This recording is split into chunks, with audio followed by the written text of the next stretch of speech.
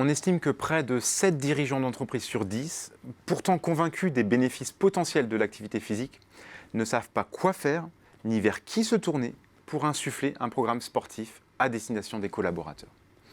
Il y a donc un fossé entre les croyants d'une part et les pratiquants de l'autre. Alors pour celles et ceux qui souhaiteraient se convertir au sport en entreprise, voilà un inventaire non exhaustif des différentes astuces et moyens permettant de promouvoir efficacement le sport au travail. On commence ce tour d'horizon par un conseil élémentaire mais encore trop souvent ignoré. Il convient d'aménager les espaces et les temps. Le déploiement d'une offre d'activité physique sera indéniablement facilité si vous disposez du combo vestiaire-douche. Par ailleurs, et contrairement à une idée reçue, il ne faut pas nécessairement un matériel conséquent ni très sophistiqué. Le mobilier présent sur place est parfois réquisitionné, ce qui peut suffire pour s'adonner à un certain nombre d'exercices musculaires. On peut pousser les tables d'une salle de réunion pour y entreposer quelques steps.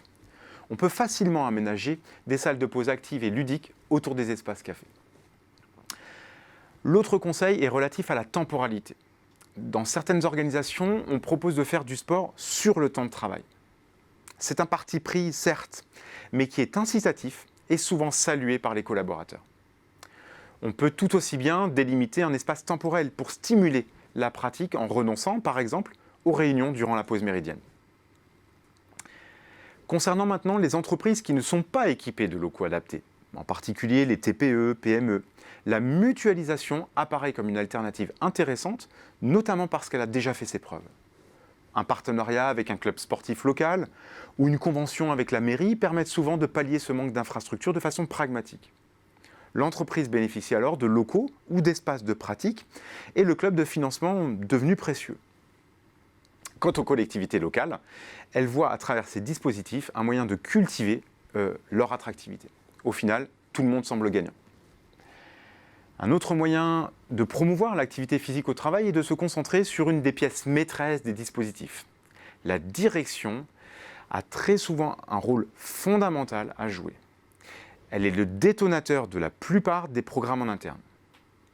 À défaut, elle joue le rôle de facilitateur.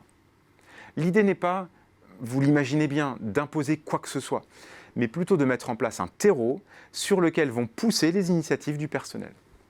Ainsi, on fait sauter des verrous qui, traditionnellement, freinent, voire bloquent l'engagement des uns et des autres. En somme, il faut savoir encourager et relayer les initiatives salutaires. Il faut savoir aussi adapter l'offre à la diversité des attentes. Une diversité de pratiquants ?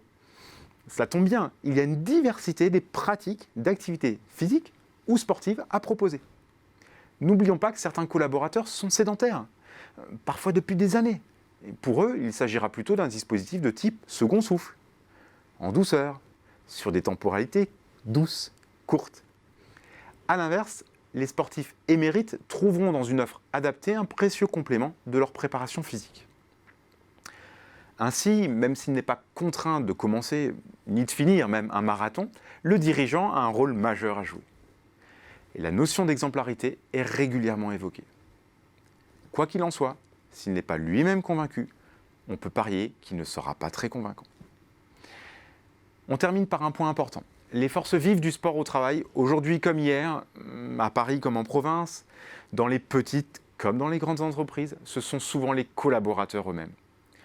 L'enjeu est donc bien de repérer ceux susceptibles de constituer des chevilles ouvrières, de les stimuler, de les accompagner et de s'appuyer sur ces relais parce qu'ils sont souvent les premiers et les meilleurs ambassadeurs ou ambassadrices d'un programme d'activité physique en interne.